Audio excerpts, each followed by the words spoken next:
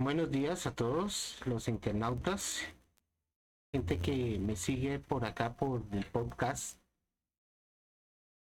Hablemos de Linux. Entonces, vamos a entrar en materia.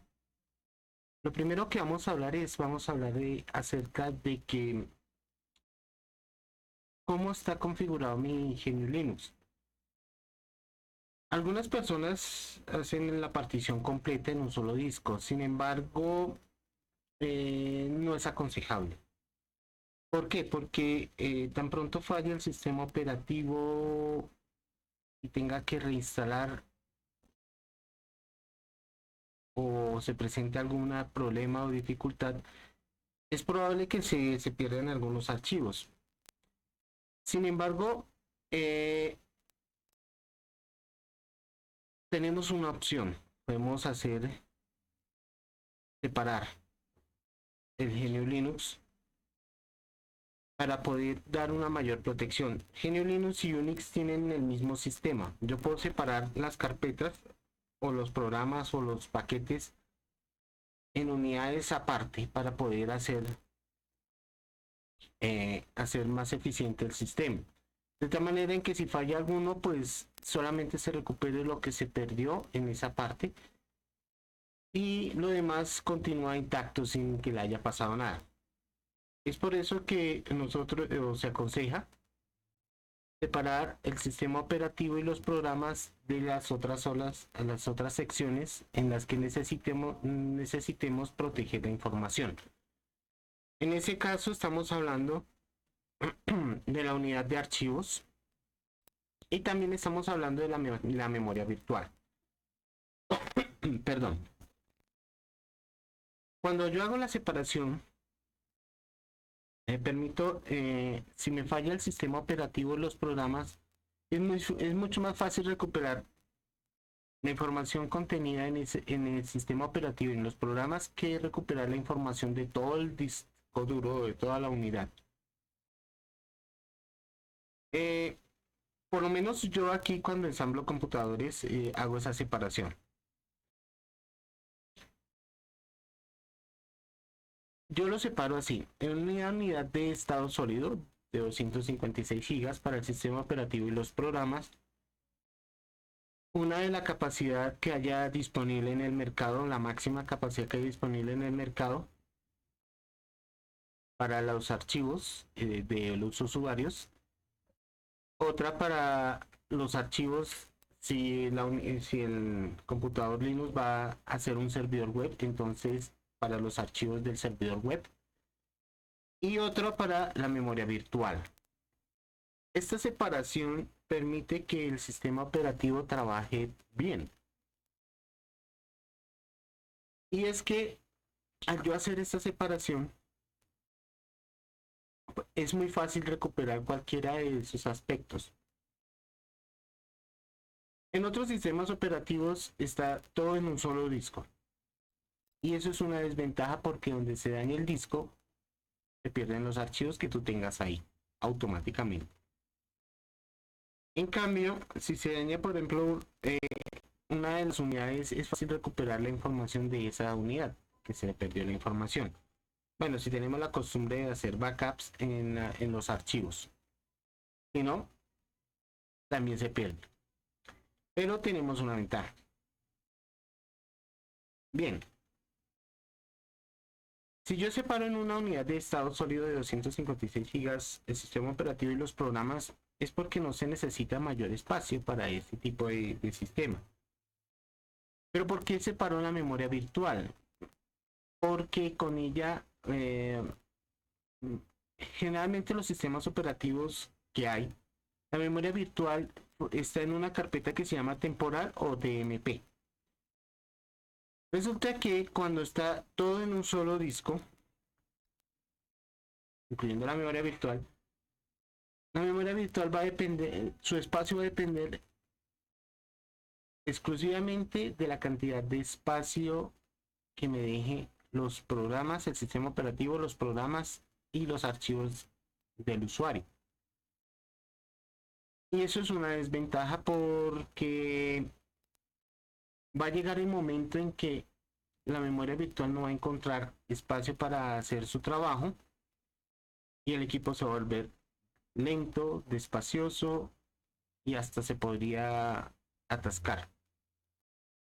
Cuando yo separo la memoria virtual del sistema de archivos, del sistema operativo y de los programas, le estoy entregando un espacio libre para que ella trabaje. Y ya no va a depender muchísimo del espacio que me brinden los usuarios, sino que ya va a tener un espacio libre para trabajar.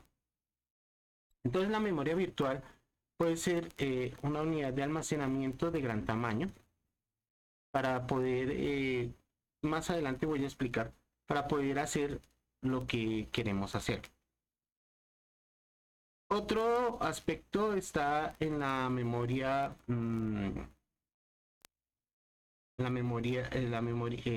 perdón, están los archivos. Si yo separo los archivos del sistema operativo y de los programas, siempre voy a tener espacio para instalar un nuevo programa. Entonces, no hay ningún problema de hacer la instalación de un nuevo programa que yo necesite. Ahora bien, yo lo hago de esta forma. No quiere decir que esto sea el estándar, pero les va a dar una idea de lo que yo les estoy tratando de decir. El sistema operativo y los programas le dejo una unidad de estado sólido de 256 gigas. Para los archivos le estoy colocando una unidad de estado sólido de 1 tera. Aunque si ustedes quieren pueden ponerle una de 4 teras, no hay ningún problema. Pero con una de 1 tera es más que suficiente para un monousuario. Para una red es preferible que sea de 4 teras. Y la memoria virtual la estoy colocando en una unidad de estado sólido de 1 tera. Y esa unidad de estado sólido va colocada en el PCI Express de la board. Lo que entonces me incrementa considerablemente la velocidad que en un SATA. Esto hace que el sistema te trabaje mucho mejor. Ahora bien, si se me llena el disco donde está la unidad de estado sólido, donde están los archivos, no hay problema. El sistema me va a seguir funcionando y va a seguir trabajando igual de rápido. Eso no me va a quitar velocidad en el sistema operativo. Es todo lo contrario, me va a aumentar la velocidad del sistema operativo y va a trabajar muchísimo mejor. Bien, vamos para la siguiente parte, que es explicarles un poco acerca de la memoria virtual. Voy a darles unos tips. La memoria virtual fue diseñada o hecha por Unix en la época en la que no habían procesadores y en la época en la que el hombre fue a la luna. Estamos hablando en la década de 1960. Entonces, Unix se dio cuenta de que la memoria RAM principal era muy pequeña y a veces el computador funcionaba lento y despacioso porque no encontraba más espacio para trabajar. Entonces diseñaron e hicieron lo que se llama el swap o la memoria virtual. Esa memoria virtual lo que hacía era mantener abierto, igual que la memoria RAM, mantener abiertos los programas. Recordemos que es el procesador el que ejecuta los programas. Entonces, la memoria virtual mantenía abiertos los programas. Bueno, en esa época no habían procesadores. Cualquier computadora que se fuera a construir, tocaba construirla toda íntegra. Íntegra.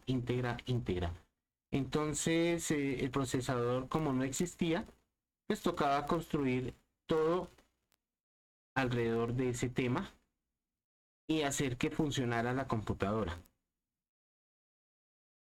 Luego, cuando en 1971 Intel se introdujo su primer procesador, luego pasó con el 8080, con el que era de 8 bits.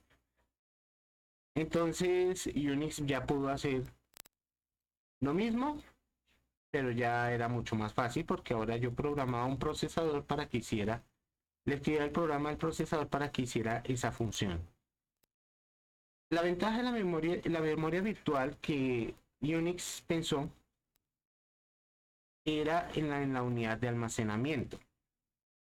Las unidades de almacenamiento en esa época eran de 360K.